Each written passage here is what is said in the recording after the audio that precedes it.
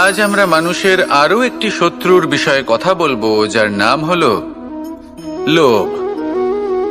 যে কোনো বস্তুকে অত্যাধিক লাভ করার যে বাসনা, যতটা লাভ করেছি ততটা যথেষ্ট নয়, আমার আরো চাই, আরো চাই, একেই বলে লোভ।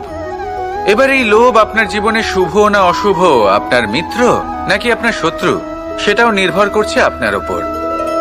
যেমন ধরুন, কোনো ব্যক্তির অসম্ভব ধনের লোভ, সে সেটা অর্জন করছে আর সেটা সংগ্রহ করছে, আর সেটা লাভ করার জন্য সে অনৈতিক কাজ করছে। যদি এই সব হতে থাকে তাহলে লোভ কিন্তু আপনার পক্ষে অত্যন্ত ক্ষতিকারক। কিন্তু যদি সেই ব্যক্তি ধরুন ধন অর্জন করছেন, তার সাথে নীতিও পালন করছেন, আর সংগ্রহ করার পরে সেটা সংসারে ছড়িয়ে দিচ্ছেন, যদি এমনটা হয় তাহলে এই লোভ আপনার বন্ধু হয়ে উঠতে পারে।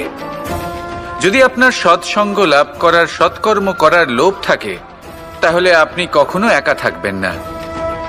যদি ভালোবাসা প্রদান করার লোভ থাকে, এই সংসারকে সাহায্য করার লোভ থাকে,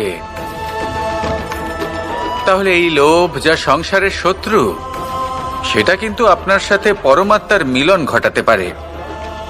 এবার এই লোভকে নিজের মিত্র করে তুলবেন নাকি শত্রু করে তুলবেন, সেই সিদ্ধান্ত আপনারই। আসুন আমার সাথে ভালোবেসে বলুন রাধা রাধা।